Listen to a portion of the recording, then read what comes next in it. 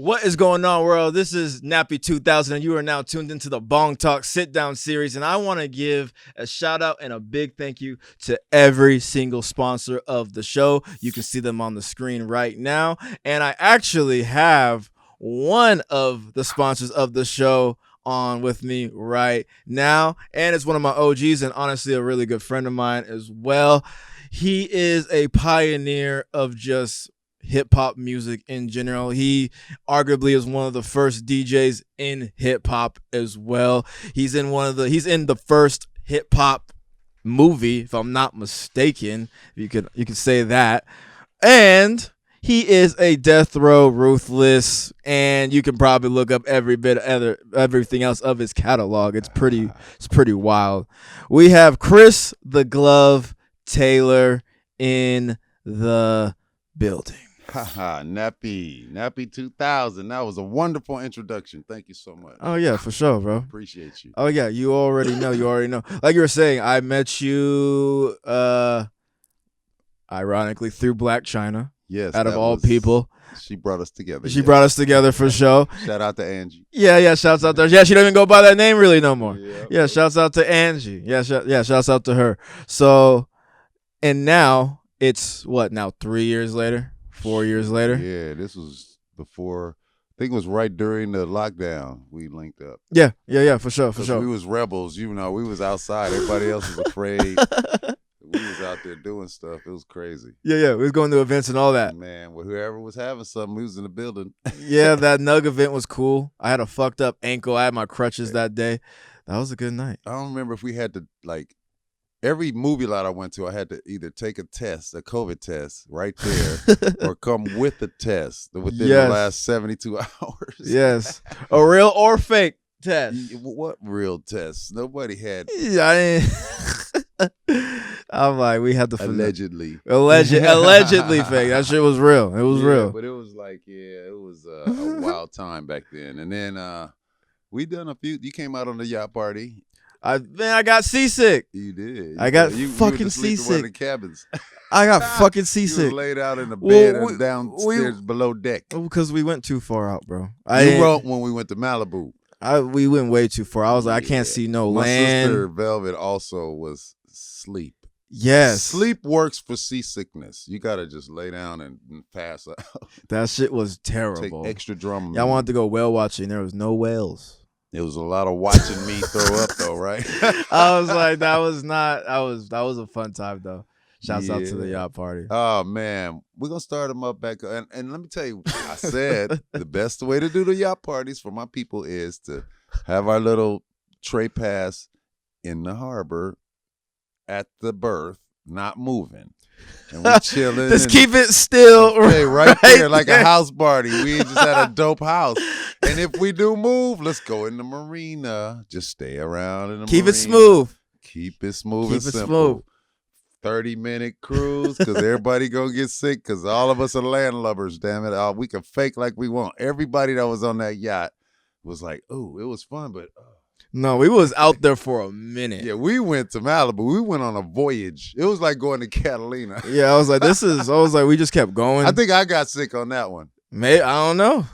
I was like, I think I went to sleep as well. Yeah, that was laying down somewhere. I'm not a fan. Boats is cool, but yeah, I would. Yeah, that shit. Yachts. Yacht. It was excuse 150 footer, bro. It wasn't even. Excuse me. They not even knowing. It was a spectacle. But what was that shit called? I know. It is the. I know it's what live chat. What is it? No. Watch. It's one of the songs from. It's the. What's the name of the group from sang the Hotel California? That's the name of it. That's the name of it. Oh yeah, the Hotel California. It's the Hotel what's California. the name of that group that sang that song? Jerry, do you know that group? The Eagles. Shout out to Fogelberg and Henley and those guys. Now it's all coming back to the OG. Yes, shouts out to the Eagles. I got this merch. If you can see it right here, you're going to have to buy it from me. It is this is the monochrome Black on black, very sleek. We have multiple designs. They're all on my website, by the way. I love looking at your camera. It's dope. So you guys don't got the live chat. Oh, this is being pre-recorded. This is pre-recorded. Excuse the me. live chat's coming up in the future, though. We will Those do. things be wild. We will have live chats, and they will be pretty fun. I love those. There will be a lot of fun. I'll be over in here those. with the chat like, I'm fucking with the chat. They clowning and talking shit. They be telling saying jokes. wild shit. Oh my God, all the chat. Yeah, it's freedom of speech. Y'all can say whatever you want in that chat. Mad, Talk whatever. to each other and get busy. Mm-hmm. I was on with one of the Wu-Tang Killer Priest. Shouts out to They Killer. got a show. Doesn't he live out here? Yeah, he lives Yeah. around the corner from me actually. And Okay, so gotcha. he's I can walk this house. I walk by his house almost every day. He does a show where, I mean, it could be about anything, bro. He had a dude on there that was saying that blacks weren't enslaved and that it was all a lie, and it was the Jaguar. Oh, how the slave ships weren't real? None of it. And Yeah, the yeah, yeah. Jaguar, Yeah. the Black Panther movie was really the Jaguar, and we stole it. And so he was going on, and I was like, where did he get his resources? Like, I'm listening in. I'm on the panel with like 5 Wu. They chopping him up. You know what? They 5%ers mostly, Yeah, so they yeah, knowledged up. Yeah, I was they're different. They Yeah, move it was way not going different. down. It wasn't a comfortable place for that guy. I think he bailed out. No, he had to go out of there. But he got off. He had to get it off his chest. Oh my God. He got it off his chest. Yeah, That's but they all had that this matters. thing where they had the people who they do their comments, then they put up like a $5 or $10 or whatever $20 tip to move their comment up to the like top. Yeah, on the super chat. There you go. On the super chat. We got to get our paper On the super chat. because we can get a whole bunch of people that talk shit to each other. Yeah. And we That's can what just we do. donate. You want to talk shit? $5. $5 will put you to the $20 top. will be you really the shit talker. Mhm. Let's You're the go. one. You're the moderator at that Yeah, point. Yeah, baby. You're Come the on. moderator. You're the moderator. So one thing, dude, I wanna tell you, I'm really happy for you because I was listening to the Chronic, I was listening to the Doggystyle, and I went to view credits. Oh my God. Wow, right? I saw your fucking name. Yes, bro. On definitely. I finally I saw your name. That's a new day, right? It's a new day. and it's funny because there's still some credits missing. I know there's a lot. There's a lot. But it's a start. But your name Yes, it still appears along with the project. So now Wikipedia can't say allegedly. Well, yes, but they can on the production side. Oh, Now the I'm just a musician. Well, It's yeah. coming together. I'm the composer. Composer will come since I played all the parts on Doggy Dog World. It's gonna come out that he must have made them up, so he's the composer, and then it's blah blah blah. Or after this all fixed at Death Row because they're out in Death Row. John Payne, my boy Kiefer, shout out the dog and everybody. They all working towards K-Dub. They're all working towards helping the artists, bro. It's a long party. It's even when you start to fix something that's 30 years in the past, it's gonna be a while. It's gonna be a while. Yeah, but It's they gonna be doing wild. excellent work. I appreciate and love those guys. Shout out. Yeah. Mhm. Yeah, no, that's a Death process. Row Records, bitch. No, that was for sure a process because I was like, damn, like I was like, because I remember we would talk about that, and and just we were talking about like this the business portion of it. You can, like you said, you can be 20 years removed, 30 years removed, and have a huge portion in something that changed a whole region or just music in general, and music in general, not even a region. Damn, that's deep. Music in general, Yeah, and then still not get some type of acknowledgement. That would for sure. You handle it well. You handle it well, sir. Thank you. Well, maybe you didn't at one point, but now you do. No, it's always me. It's been me. I'm Yeah, the same me. yeah. But the thing is, at one point I was angry, and I'm not saying that. I believe anger takes energy, and so disappointment may come to mind, or I don't know, but I don't live like that. I prefer to live like I got it. Yeah, exactly, and pretend if I don't got, if I'm 30 M's short, I just bought some shit I can't afford. You know what I mean? Just to be, look, don't believe the bullshit, bro. Wealthy people use debt to manage money.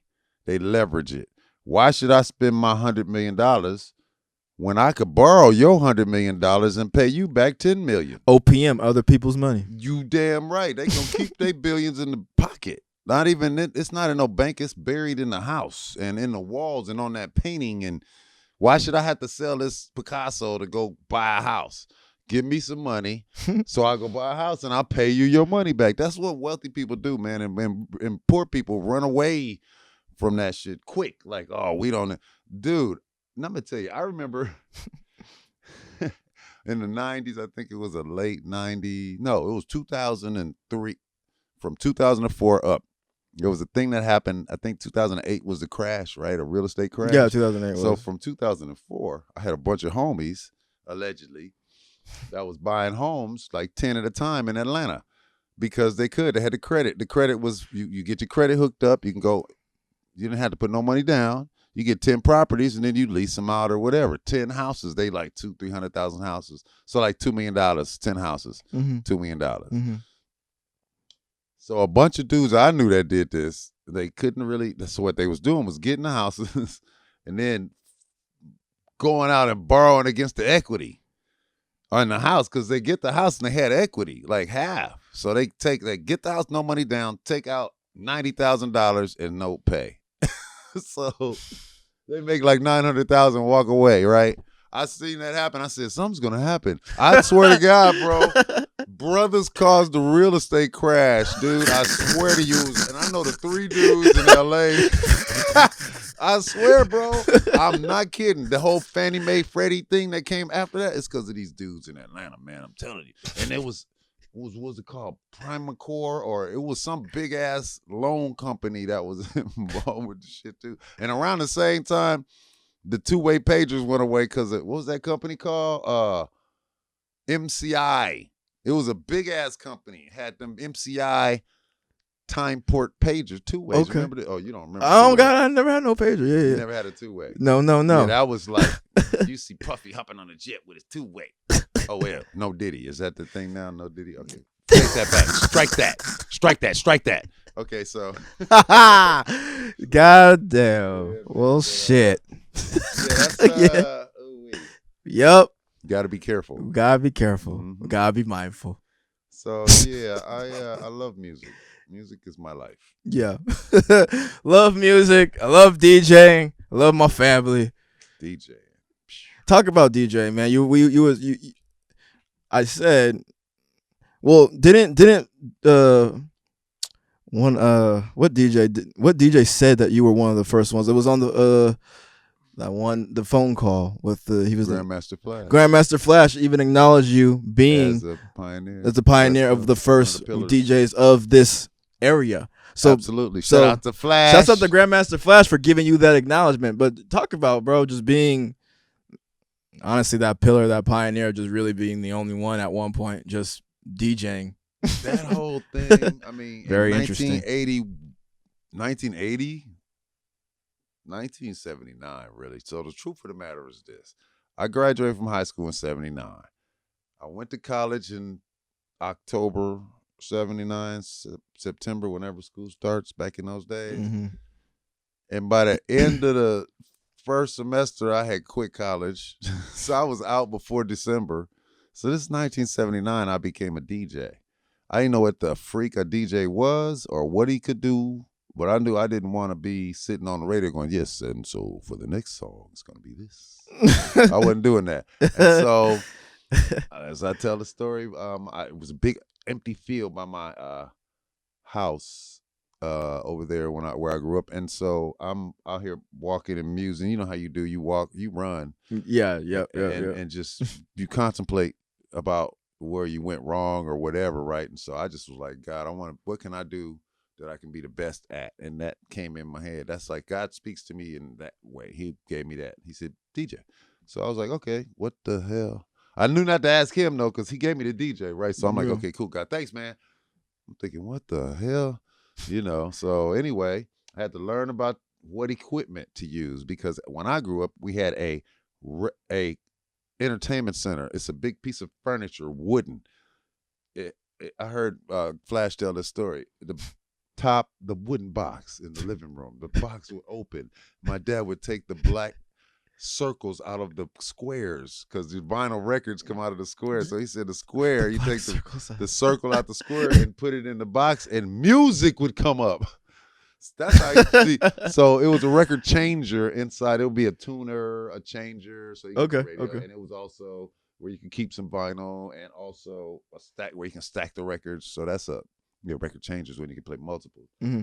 And then 8-track. You don't know what the hell that is, do you? I've seen one in my entire life. I've seen a few.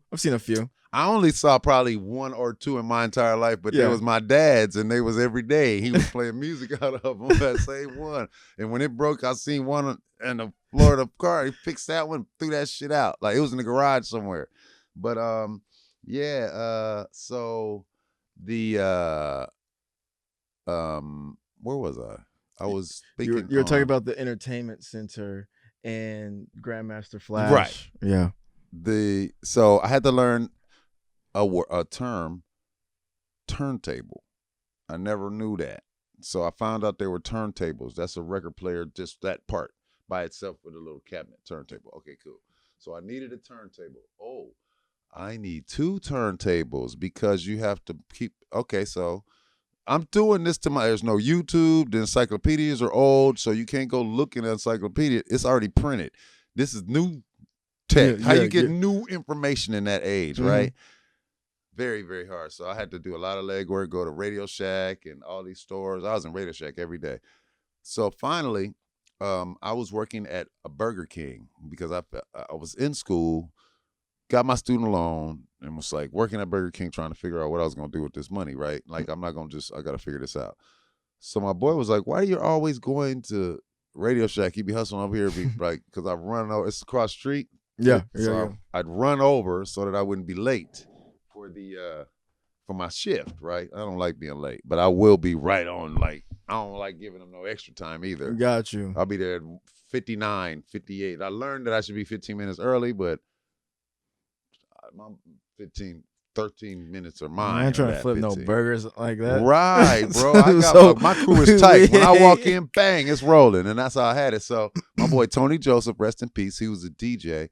He was the first DJ on FM radio with the Mix Show. Tony Joseph and Michael Moore, both rest in peace, the Saturday Night Jam on 92.3 The Beat.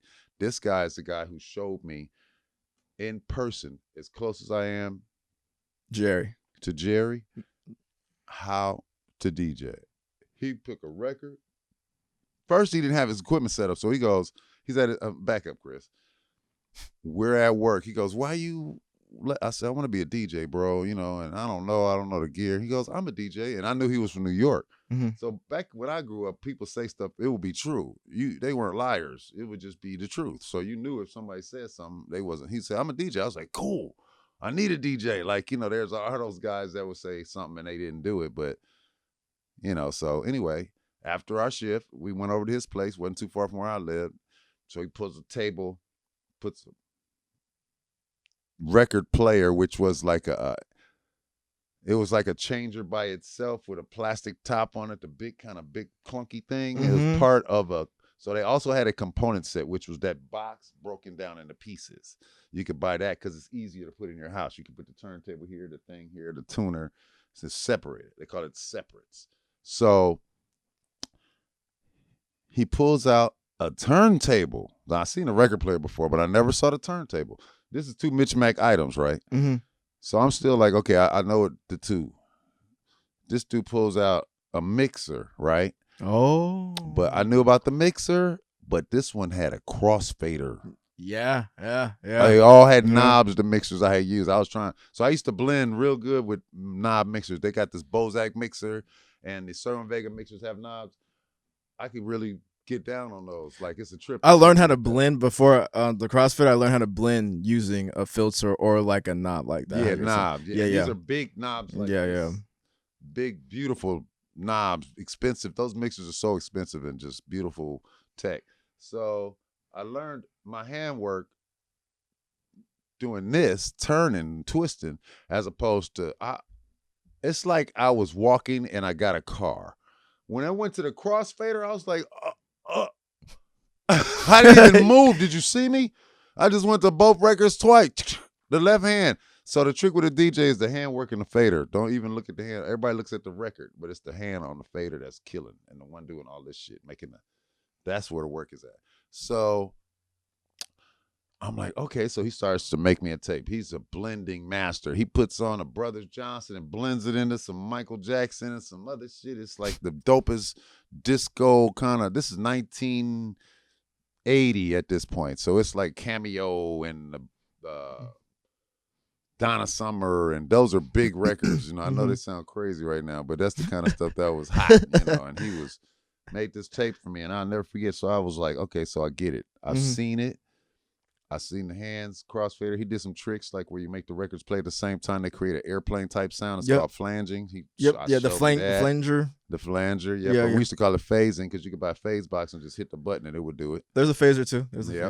But they're different. Yeah, they're different. Yeah, but and so, for instance, when you would flange turntables with the same needles, they would make the phasing sound. If you had a Mitch Mac needle, it would make in a tunnel sound like it was a trip, bro, because of the way that the wires were crossed differently.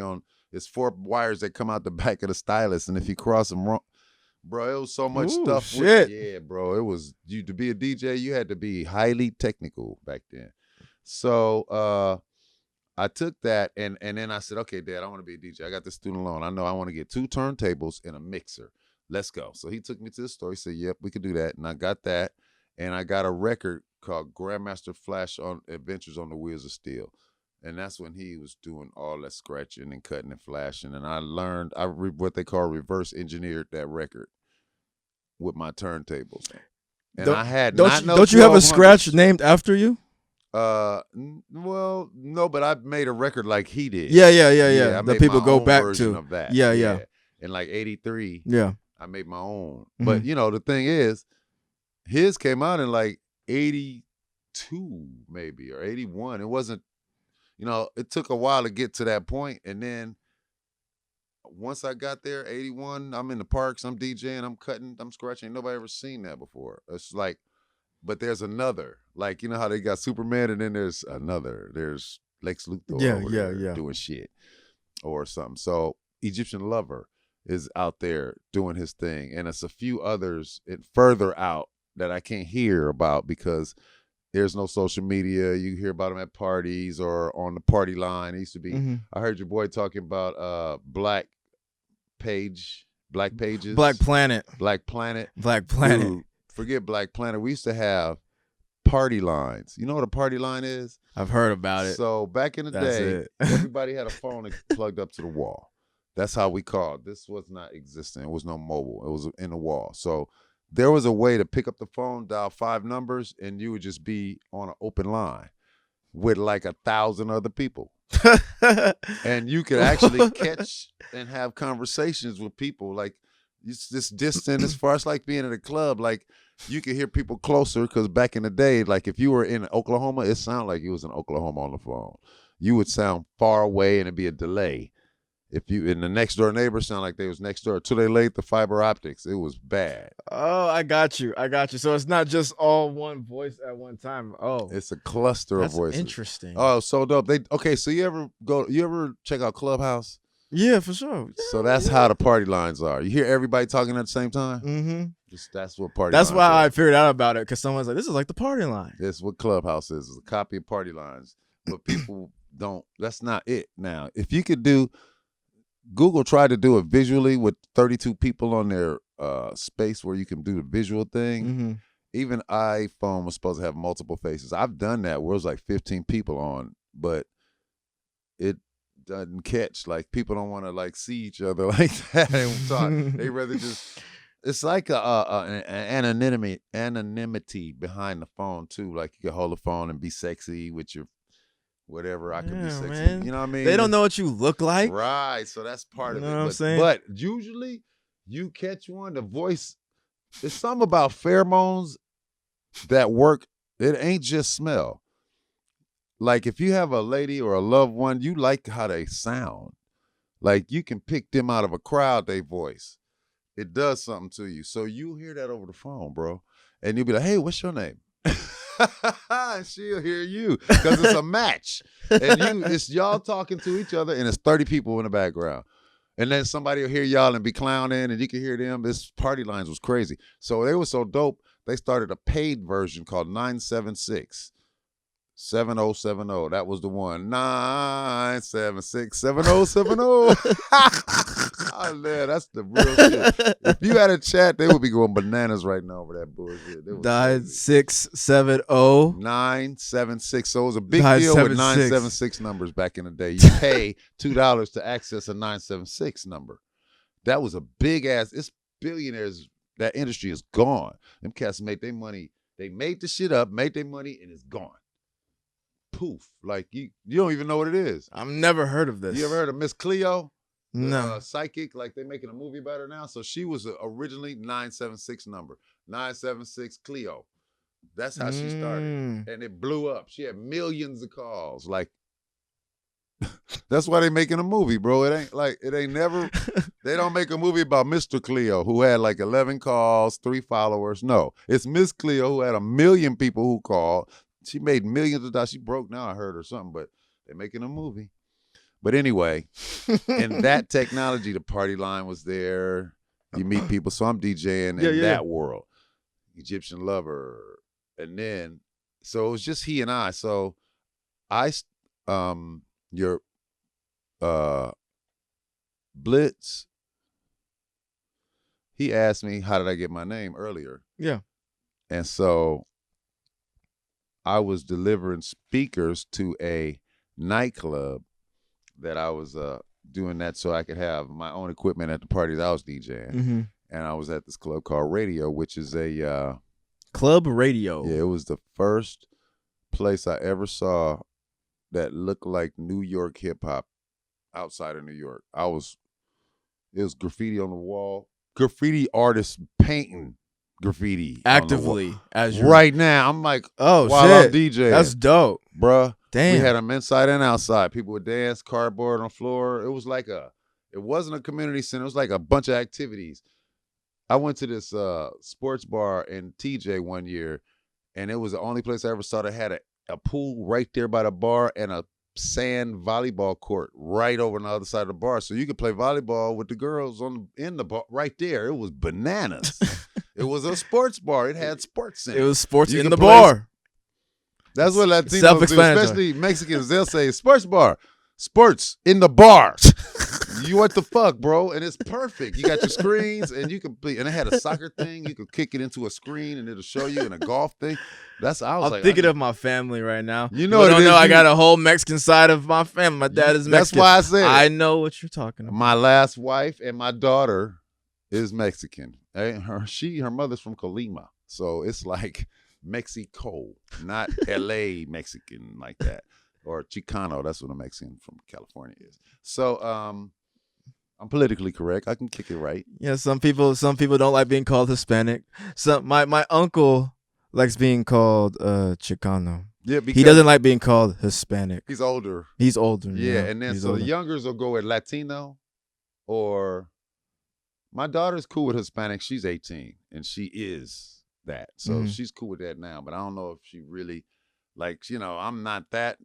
I know the black part of her I understand, but that part I might be rubbing her the wrong way with it. Who knows? Yeah. She might just not tell her dad. Like, you bilingual too, or just, I can understand it better than I can speak. Because your grandmother or something, right? Or your dad? My grandma and my aunts. They talk to you in straight Spanish. And some do, or try to. You would take it for a while, and then finally you didn't pick it up or didn't want to talk it, or I don't know.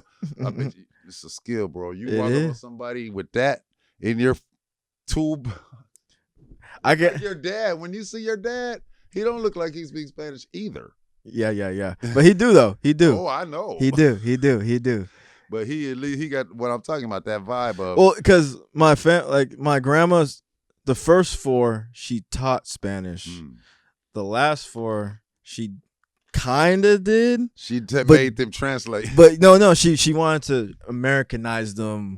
A little bit more compared to the other ones for some reason, but my my aunts and uncles who are older and those four, they know more Spanish than the younger ones, but they still know it, but not as. exactly. Because not like how my uncle was like, no, I'm not Hispanic, I'm Chicano, like different things like that. It's a little bit more in him because it was pushed in. Plus, he can read and write it too. Like a lot of Latinos I've met, they can't read it or write it, but they speak it. And I was like, wait, you speak Spanish, but you can't read Spanish. I always found that odd, but it makes sense, I guess, because babies learn how to talk before they learn how to read. I remember your daughter was saying she thinks in Spanish. Still to now. You heard that, right? I remember that when she said that. I was like, oh, she lived with me as the head of household. She didn't. Mm-hmm. Now she's in with her mother and uncle and her grandmother, and they all Spanish first. So now she likes to hang out with her black family so she can switch codes and be a sister with her black aunties. You got two of them aunties that you know what I'm talking about. That's the auntie. They cool. They buy her everything. It's whatever with my daughters. I got two daughters, but the baby is always. Yeah, your sisters for sure gonna look out. Oh, bro, you know my sisters. Yeah, they're gonna for sure look out. Yeah, you are actually part of that. Like, you part of the family, so you get that too. Like, okay. But you know it is. It's all love. So when I was delivering speakers to this club radio, they asked me, was I a DJ? And I said, yeah, I'm a DJ. I'm a hot DJ. I'm the best DJ you know. Well, they said, well, what's your DJ name? You know, they was ready for me to say Cool Keith or something dope, right? Cool. yeah. Big Daddy K. Right, Big Daddy Glove. Big Daddy Glove? I said DJ Chris. They was like. DJ Chris. They looked at each other. These two white dudes laughed. They chuckled. They was cool because they knew I wasn't going to get them. So what happened was, the part I didn't tell him was when I would deliver the speakers, I used to get, so Serwin Vegas have these metallic corners on them, and they weigh like two of those together is one Serwin Vega. So they would pinch you when you stack them together, they pinch your fingers. So I got sick of that shit, right? Because I'm a DJ, and I'm like, nah. So I got these gigantic gloves, bro. They were like Mickey Mouse type gloves. They had fur on the inside and leather on the outside with them orange. You know what I'm talking about, right? From Home Depot, whatever it was back then. I forgot, Fedco or some shit I got them bitches from. I was delivering the speakers with them on it. They said, so I can imagine they looked at me and I'm skinny. I'm 105 pounds, probably 6'4" and a half because I grew. And I got these gigantic gloves, right? So they probably said, oh, we got a name for you. It got two big-ass gloves on. Let's see. I got an idea. So they told me, look, we'll have a name for you when you come in on Friday. Come play at 11. We'll have a marquee. We'll put your name up there. So it's at 11 o'clock. I get there Friday, 11 p.m., The Glove. So that's how I got the name, The Glove. So that means you would have to wear a glove. Well, I did. Yeah, so you're like, you have to keep the glove on now. So when I got there that first night, I actually was like, oh, I was on the move to get a glove. So the first glove I used was what you call a after ski glove. You ever ski?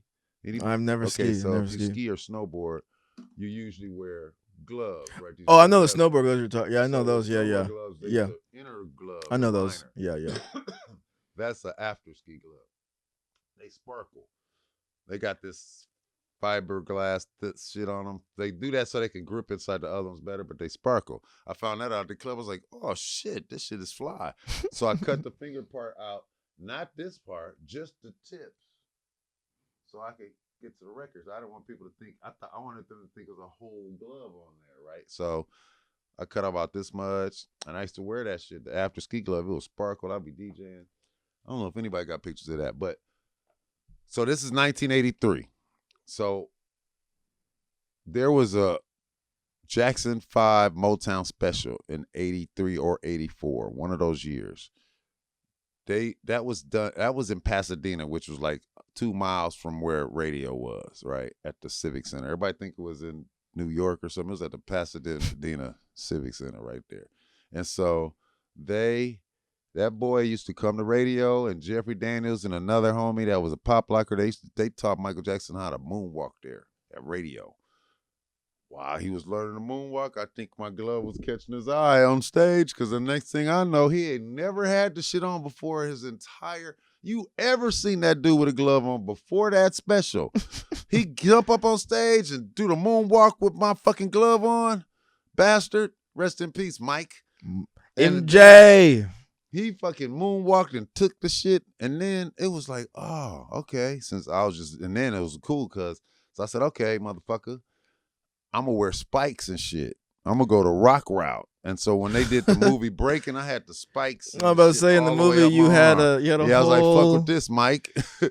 And you was with Ice-T, so it was cool. We was gang. I was gang cool. then. He knew what it was then. Cool. We was me and Ice was. It worked out.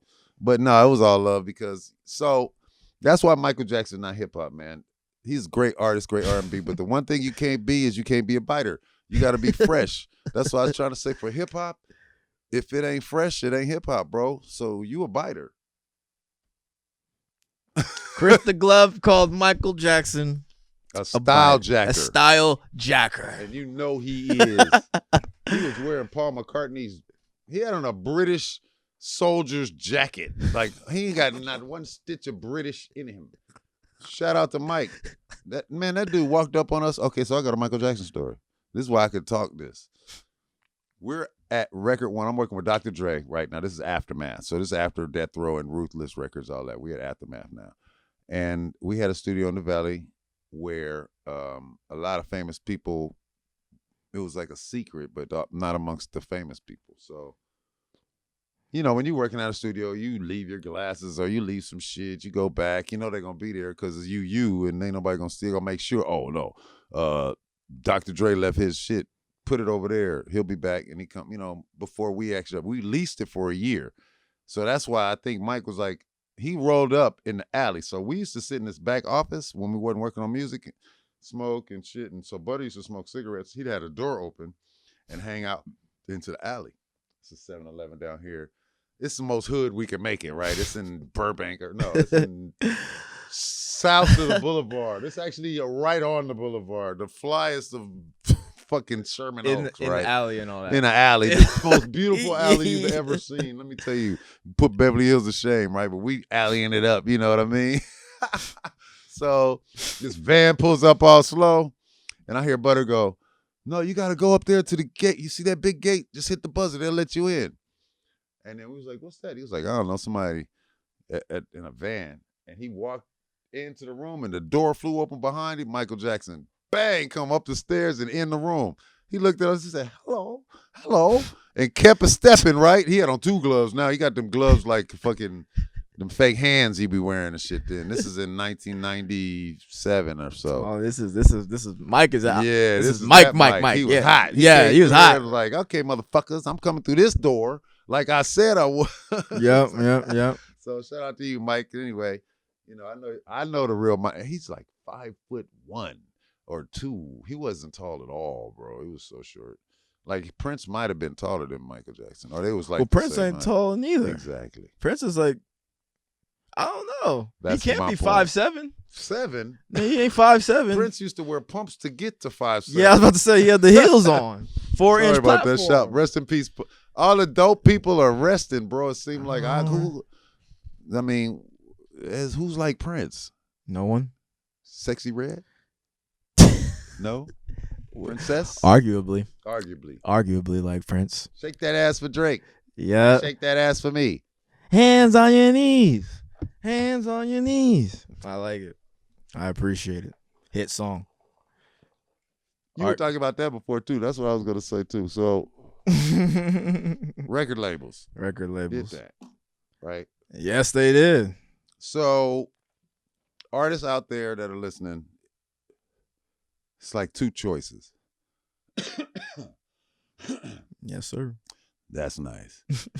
You want to be gainfully employed, or you want to be rich and famous and celebrity. Excuse me. So, gainfully employed means you learn some other skills along the way, like reading your contract, understanding the business, noticing the fuckery, understanding that there's fuckery. So just figure out a fuckery solution. Don't be mad about the fuckery. Just don't let it touch you. You know what I mean? Like, damn, bro. Yeah, I'm telling you. Excuse me. Japanese cheese. Yes. Cake. Shout out to the Kush East Factory. Sunshi. That's Ichiban cannabis right there. Yes, number 1. Sir. So, young artists, learn the game. Learn what is needed for your craft, whether it be business or whether it be what a measure is, a bar, time signature, any of that stuff. You need to know everything about music, even before you get to the business part. You should be music. So the business is just extra. You know what I mean? And life is about relationships and how you are and how you treat people, even in that, mostly in that business. There's it's a lot of snakes, but there's also eagles. Eagles pick off snakes. You can't get them all, though. They like to hide and lurk and shit. You know what I'm saying? So you just gotta. We need it. We need better stewards. We need people that'll be more proactive for the artist. I heard a guy talking on Instagram, and he said, the worst thing I hate is when an artist has trust issues. And he was going on about an artist and their trust issues and how they was, stupid for being this way and that way. And I'm not the person who you heard, and that's not me, And I was like, yo, that's like telling a rape victim, don't be worried about dicks in the face. Like, what? Nah, bro, that music business is the fuck you business, bro. So you got to go in there and be a master of not getting fucked. And so that sometimes turns you into a secret agent type. You got to be able to shoot back. You got to be able to slip punches and shit. You got to be able to grin and bear it when you have to, and then knock a motherfucker out if you have to, with skills. You know what I'm saying? Like, for instance, I remember when we were doing Doggystyle, we made physical. Each one of the songs was recorded to a tape that was separate, and they were all these big reels. And so I had to arrange, after Dre and I came up with the arrangement of the songs on the album, we actually had to make it by arranging the tapes. So I actually did that by taping the tapes together, putting the space amount that needed to be there. The way you hear that album, it went right through my fingertips, right? Each one of them records I cut with a razor blade on Snoop's album. And so I'm in the midst of doing that, and Dre and I are almost complete. And so all through this whole Snoop project, we getting rushed like a fuck. Got you. So that's not me, y'all. That's him coughing this time. It's the Bong Talk. Japanese cheesecake. Japanese cheesecake. So I got Jimmy Iovine. He was calling the studio every day. Can you hurry up with the record? Blah, blah, blah. We got Suge, Sweat, and the other. And so this night, we're finally near the end, right? It was like, we're like 99.9% finished. I'm about to wrap this shit up and chop it up right. And so Suge's over here, he walk over to me on the right side and Jimmy Iovine on the left. Iovine was like, Glove, can you when you hurry it up, man? It's like, man, we got a jet, $15,000 an hour on the tarmac. We got 8 trucks waiting, standing by. We got this and that. Because when we used to make a record, it was industry. It was, you flew it there. The people had to package it. The people had to fly the plane, land the plane, drive the trucks, put them in the stores. It's people. So they was all ready to go. Oh, this is like a this is beyond a street team. This that's the actual machine. That's the machine. The street team is on top of that with the other people in the promotion. This is the actual function. So they were renting out jets to deliver. Bro, they wanted this record so bad we had to master it for them to get to deliver it by jet to the pressing plant so that they could press up to meet the $1 million release by such and such a day, because they kept pushing it and they was sick of it. And we don't give a fuck about a release day because we knew motherfuckers would get it when we put it out. But they was on this white, business, whatever the fuck acumen. I was like, sure, this shit gonna be hot. Yeah, we don't sell records, we make them. So we was like, whatever, piss off. So anyway, Suge's like, man, can you like they telling me to hurry up. So I stood up. I said, y'all could do this. And I went to walk out. Wait. Hold up, Glove. It's cool. And they left because they was bugging everybody and sweating everybody and shit. And I was the only one that stood up to them like, man, fuck you. You want to do this? You could get another person. You think this white dude over here can do it?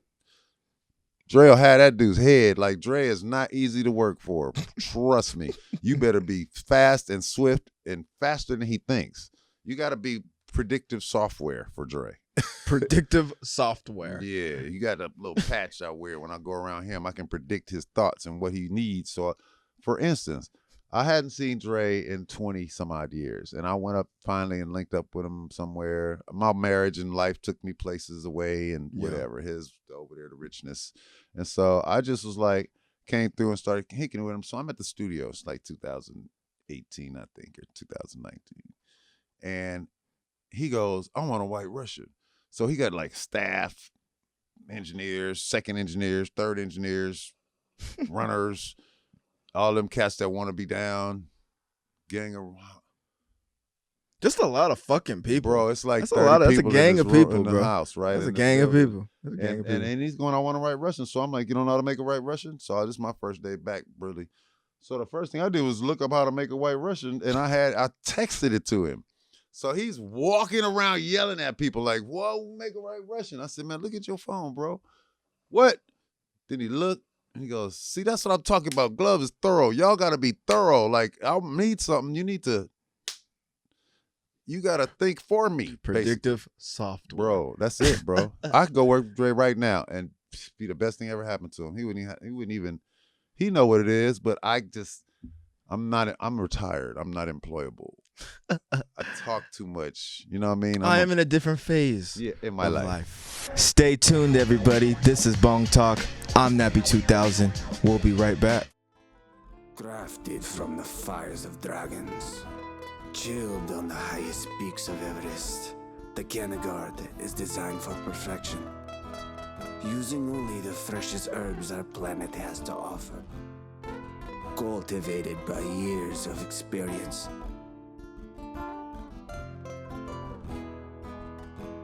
El Toro Verde. Crisp, rich draw. Slow resin burn. Be bold. Be elegant. Be the bull. El Toro Verde. You should be smoking. Yo, yeah, speak on that. You're doing poetry out here. You're out here teaching the youth at colleges. I see you out here, man. I might even got a poem for you, bro. Yeah. What you got, I might man? even say one because I've only seen done that it in public once, right? What's Glove out here doing? So yeah, I started writing poetry a few years back. During the pandemic years, I was listening to a friend of mine. We would read what was it? Shakespeare. And so, it was like just a friend, not a dude, but just a friend on platonic, nothing else. And so I was reading the Shakespeare and I was like, this dude is writing sonnets. This nigga's famous today for this. I'm like, this is 5 lines. I said, wait. So then I wrote some shit and I read it to her. She was like, oh my God, that's amazing. I was like, you're lying. So I did another one. And so then I wrote like maybe 5 or 6, right? And then I just kind of stopped. I was off the poetry thing. Then I met my girl that I'm with now. So I just started writing again and I started writing poems. So yeah, I got like 20 poems, man. Wait. Okay, cool. I didn't want to say okay, just making sure. Okay, yeah. Nah, that's my girl. Yeah, we gonna stay with it. Okay. Yeah. Just making sure, man. Yeah, so I started writing sonnets for her. Well, she was my inspiration. It's funny because Let's hear it, and I'll give you an honest 1 through 10. Okay, I'll give you on your literature. Let's go. Let me hear your literature. I'll give you an honest 1 through 10. Okay, give me. Close my eyes. Okay, I'm listen to it. Okay, Close your eyes. Here we go. I'm good. This one's called You. You, inside my mind. You are mine. Inside my mind, you are mine. Inside my soul, you are soul. Inside my heart, you are here too.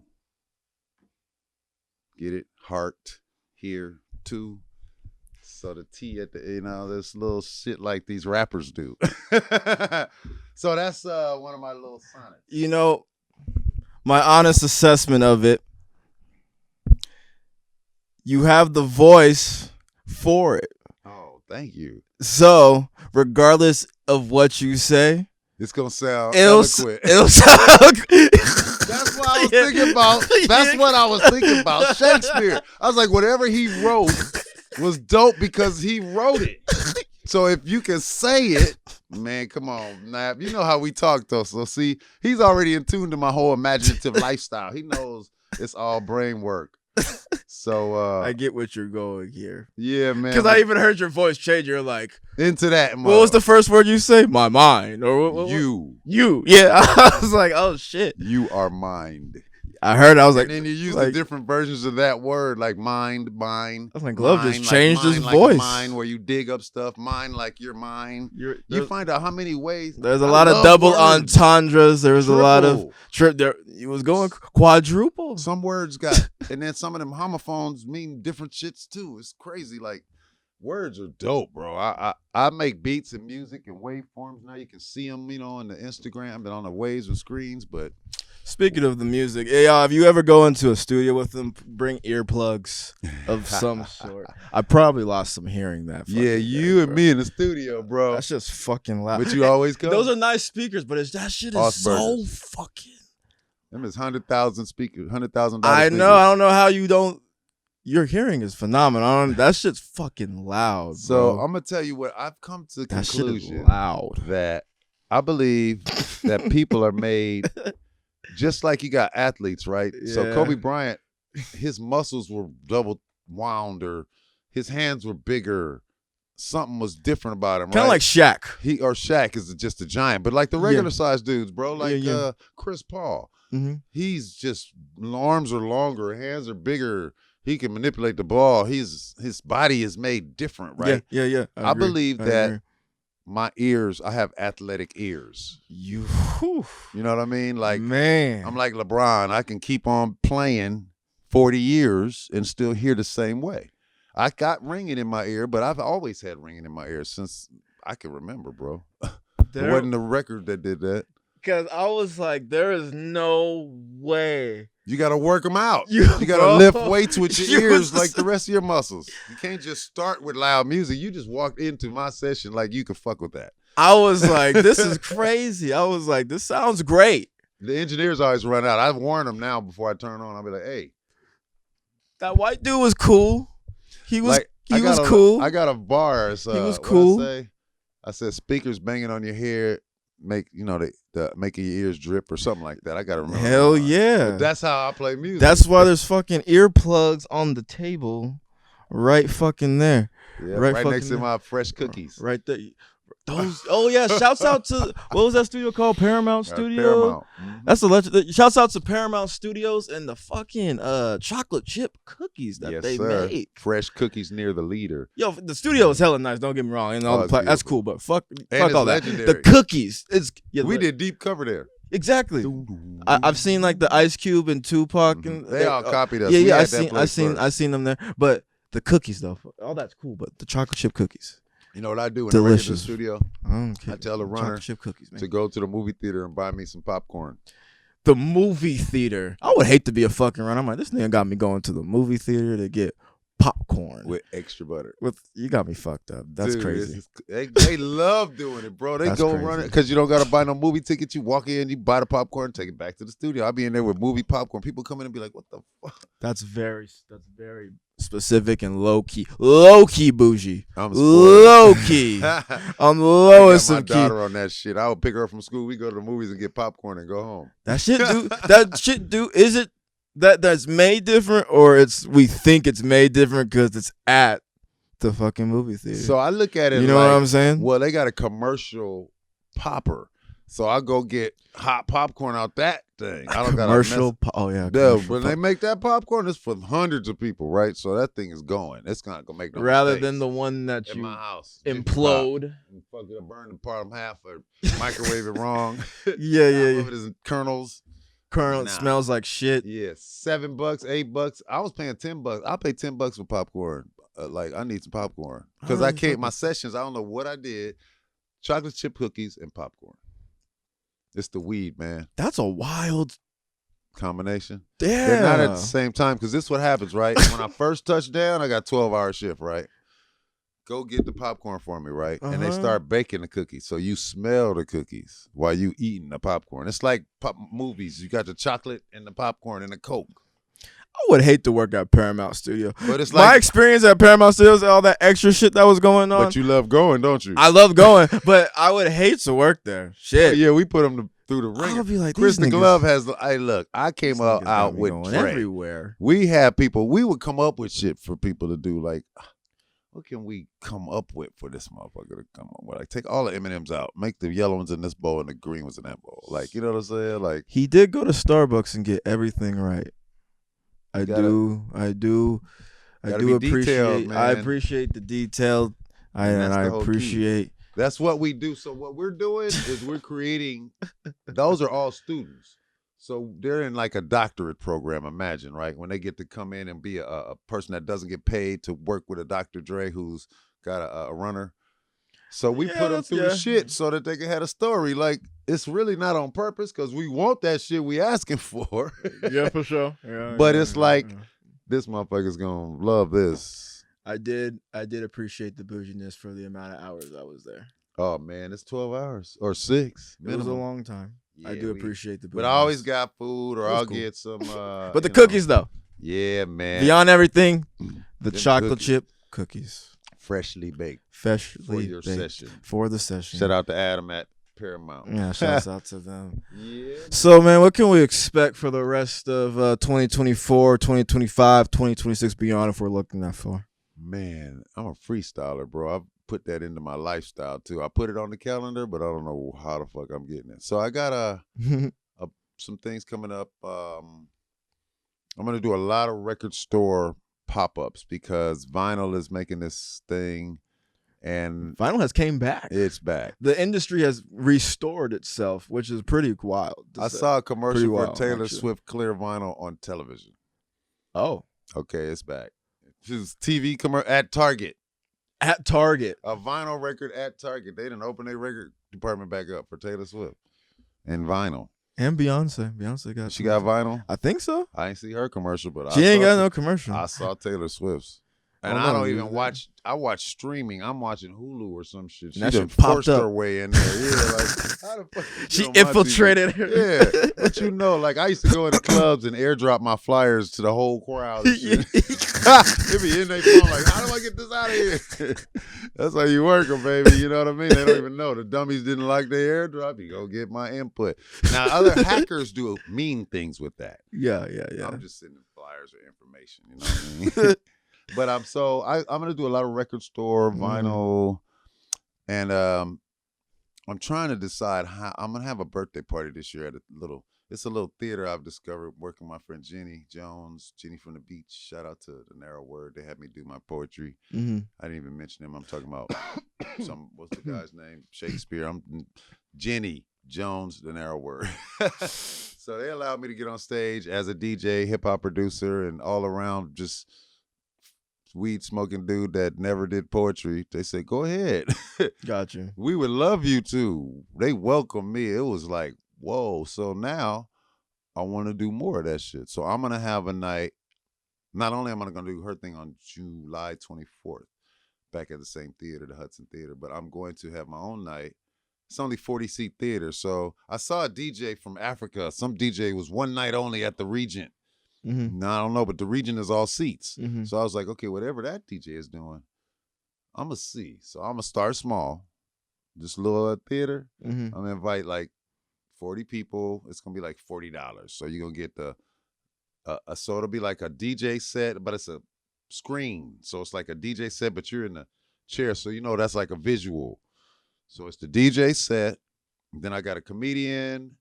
I got another, like, he's a poet, like free. He's like a improv dude. I got, Gotcha. Nomadic, you know who that is? No, I don't know. Okay, so it's a I'll rapper look I him met up named though. Nomadic. That's Okay, dope as okay. fuck. And I'm going to get Jenny to get him to do my birthday party Mhm. if he's in town. And then I'll have my buddy, another comedian, and then I'll come back on and perform for my album. So I'm going to start off the set, 45 minutes, and then, so it's 2 hours. Mm-hmm. And then an after party or mixer. Kind of like what you did at Grandmaster Records? Exactly. Or recording Grandmaster Recordings? But with Yeah. in the theater in a seated setting now instead of that. Yeah. That was a stage and the whole. That shit was nice. It was nice. That was nice. Yeah. But they want a $5,000 bar guarantee, and I'm cool. None of my people drink. We smoke. We was Man, all out in the van smoking, and then we had a RV. We were in the. That was last year's 420. 420. 420 2023. Yeah, Yes. that rooftop food was good too. Mm-hmm. Shouts out to that. Grandma. So yeah, I have somebody some food or something. Very good moments. But yeah, that's what I'm gonna do for my birthday this year, Right. and then I'll do it a couple more times because I want to do like trying to figure out. I want to get more into speaking for the kids and giving these lectures at the colleges and stuff. So I'm thinking I'm gonna start like some kind of mini mastermind lecture series. It's only 40 seats. So that'll be part of the show. Like I'll do this I got a 10-minute lecture about me and the hip hop and the history and stuff. So I'll do that. And I don't know, bro. I want to do so. And then I met a friend who's going to help me do, you know what a salon is? You know what a salon is? Not a hair salon. So a salon is like imagine if you had rich friends with big houses and say, hey, let me have an event at your house. Invite your friends, the rich person. You say, hey, can you invite some friends? Or the rich person likes your book, Nappy. So they say, why don't you come to my house? We're going to have like 20 of my friends come and read portions of your book, meet and greet them, blah, blah, blah. It's like a little garden party. So you do that with the wealthiest of people. Like these millionaires got these homes and this is where the tastemakers and trendsetters lie. Clarence Avant's daughter did this for her book. That's how it blew up, went #1. R.I.P. to R.I.P. to Godfather. Yeah, shouts out. Yeah. It's lots of R.I.P.s, man. I know. It's crazy, bro. But anyway, so this is the thing. I've got this album, right? Red Shirt Freshman. So it's going to be a combination of all the music I've ever written. It's starting now. It's got 21 songs. It's $200 now, but it's going to completely climb to $1,000 and even more because art needs to have the price that you decide it needs to be. And number two, if Snoop sold his records for that price, dude, do you know how rich that guy would be right now? I mean, he sold over 200-300 million records, bro. He don't got 200-300 million nothing. He got some 80-100 maybe million. It ain't even $1 a record for us. That's cold. And these record companies got the biggest buildings downtown. Still. Yeah. They got whole cities. Universal City is like all record companies. But that's why not only there's two parts of that. The art needs to be valued, but it needs to be quality. So just as you were speaking earlier on the other show, I believe that there needs to be like some form of a rating system. Like when I go to SoundCloud, I should know that shit's gonna sound like garbage. So I'm not even gonna give it that part of it. I'm gonna listen through that. Like a 1-star catalog, a 2-star for audio quality. Like put why. I can respect that. You know what I'm saying? And make it up to 5-star. This 5-star means it's broadcast quality. I don't care about your sensitivity. It don't mean if it's good or whack. You got one the quality star. ain't there. Get your quality game up and see what we need is some people to support that. So what'll happen is this. If we can get that to go, all of a sudden people need people to mix their records now. All of a sudden a gang of engineers that ain't getting no money can get up and get back to fucking work because niggas is making records in their garage and in their bedroom and not mixing them. They making them on KRKs and some other crap-ass speakers. Like that shit, what is that? I don't know. This is good. That is not. Yeah. Yeah, this is I think those are Genelecs. Yeah. I don't know. Adam. Yeah, whatever. No. Yeah, those are the. Yeah, that's the speaker. That's where the music comes from. The far fields are popping. They look like baby Osburgers. That's money right there. I could tell you right now, looking at those, them things cost $20,000 probably, something like that. So there we have it. But it's about that, man. Like for instance, every big record I ever made, I made in the studio. Explosive, Hello, Who Am I with Snoop, Doggy Dog World. It wasn't like you make a track at home and go, hey Drake, check this out. No. And it sound like it. Like Stranded on Death Row, I did that at my house. And then I took it to Dre. But other than that, like my drums ain't like a mere mortal. You know what I'm saying? So when I took it in there, it was like, yay. I had been making records. We did that shit in the 90s, bro. I was platinum in 84. I did that shit before as a movie star, and then the music dude, and then as a DJ. Yes, because Breakin did go. Yeah, Breakin was number one, 40 million right off the top. Like the movie, the book, the record was 4 million copies. All that shit was super huge. Like it's people. I still get checks off of that shit, bro. Still, 40 years later. I don't even remember people from 40 years ago, but I got a check coming from that. I couldn't tell you who was standing next to me at that show, but the check come and it's check come though, and it's worth a fucking hamburger and a Coke at least. You know what I'm saying? Everybody should check out the movie Breakin. It's a good. I think it's a great hip hop movie, and it just gives you a great representation of the culture with the dancing, hip hop, graffiti. Even I love the dance offs on my shit. I love dancing. You can't go. They had some great dance scenes and setups, like him and that broom, and that made it classic. But the movie was basically corny as shit. But all movies are. And the thing that made it dope that shit was mad. It was corny. But that's what was endearing. The corny part. That's what makes you feel. It's in your heart. Yeah. You know what I'm saying? That's I learned that. I always used to be concerned about the clothes we had on. Like, I was so rebellious, I didn't even wear a shirt. They had us in some crazy shit, so I just wore my Zulu Nation medallion and no shirt and some pants, bro, and the sash around. I was like, fuck y'all, and my glove. I'm not wearing that shit. It was very 80s, though. That's why I very 80s. Early 80s. Like, we was early 80s. It was not. 80s. We was wearing Adidas and big laces and baggy pants and white t-shirts, bro. It was pre-NWA. Like that. I'm from the neighborhood in mine, they would be called the Overhills. Okay. I'm from that place where the main gang starts with a 6. You know what I'm saying? So we wear white t-shirts and blue jeans. I'm not no banger, but I don't want to look out of place too much from the homies so that they don't fuck with me, and then I don't want somebody to roll up and think I'm just banging either, so I'm not sagging at them, but the colors match, you know what I'm saying? You have to come correct. You have to come correct. You gotta find your neutral ground. It's called being neighborhood. Like, you're not in the gang, but you neighborhood. You know what I'm saying? You're from the area. You're from live there. What you gonna do, bro? Fuck, I'm gonna come in with, and I went to Inglewood High School, right? Lucky they uniform. Lucky I didn't go to Morningside. That shit was red. Inglewood's was not. It was green, so I was cool. But it was Inglewood. Just saying the word Inglewood. I live on the border. It's a lot of killing on border areas. Mine is quiet because it's a protected border. Most of them dudes live there, the leaders. So it ain't like that. It's a quiet border. You know how you got some safe borders, even though you know it's tumultuous, a block that way or that way. But if you go down there, it's you good right here. It's cool. It's cool. Just don't. Unless you may pump some gas there. Maybe you can pump gas there, but you can pump gas there and be quick. Maybe move quick.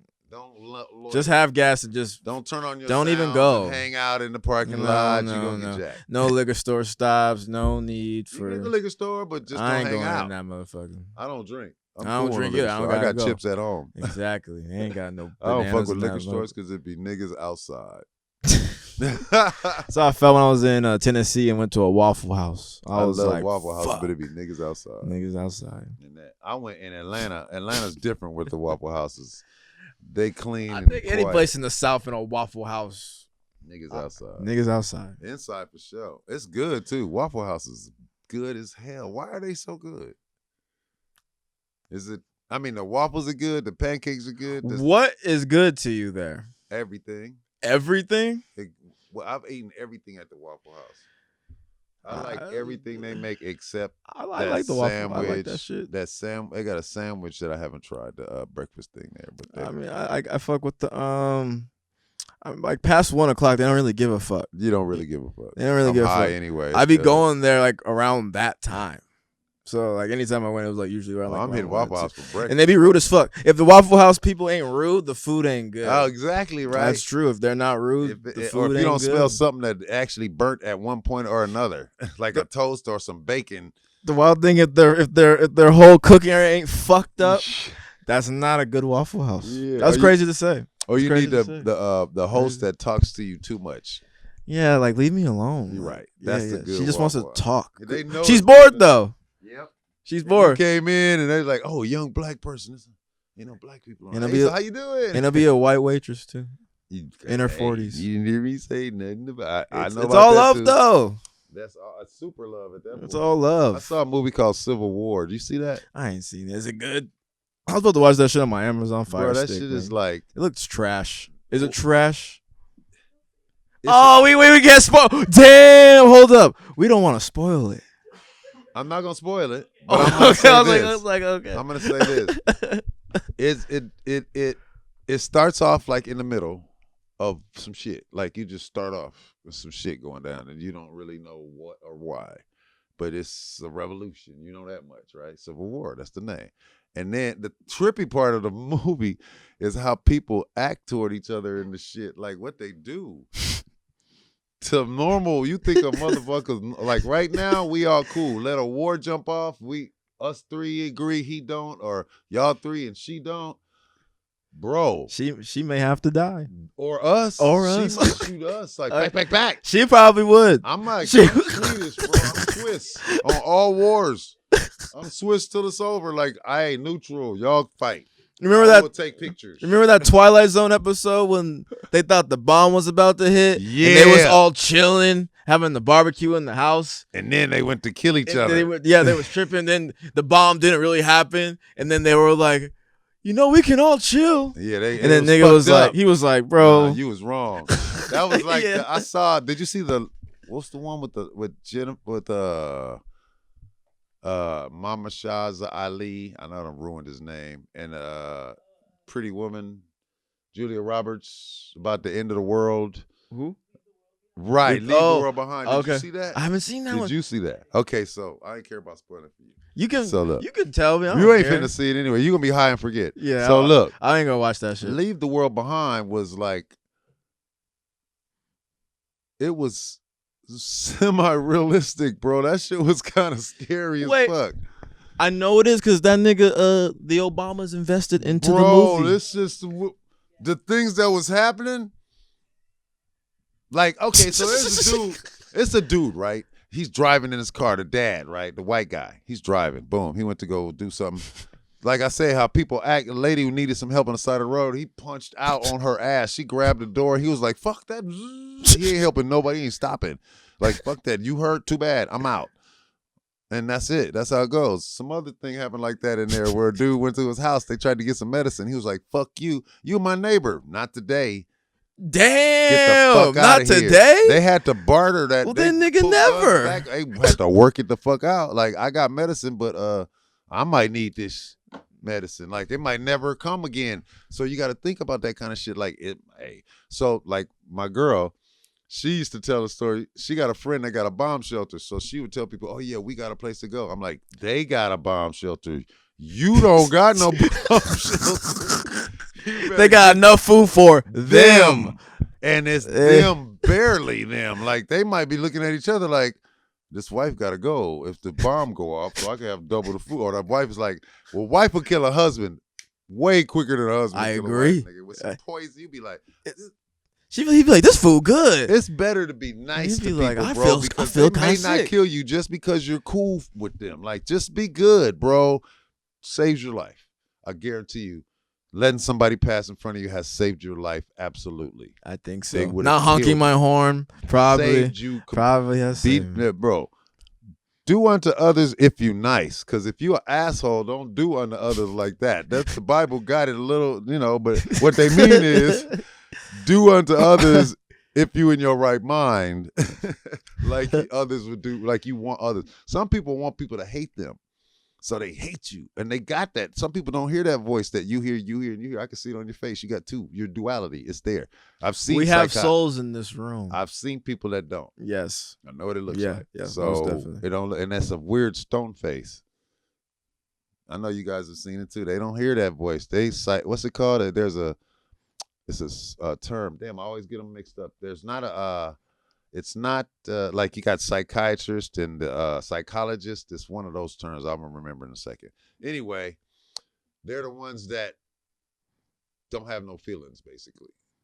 Sociopath? That's it. This motherfucker.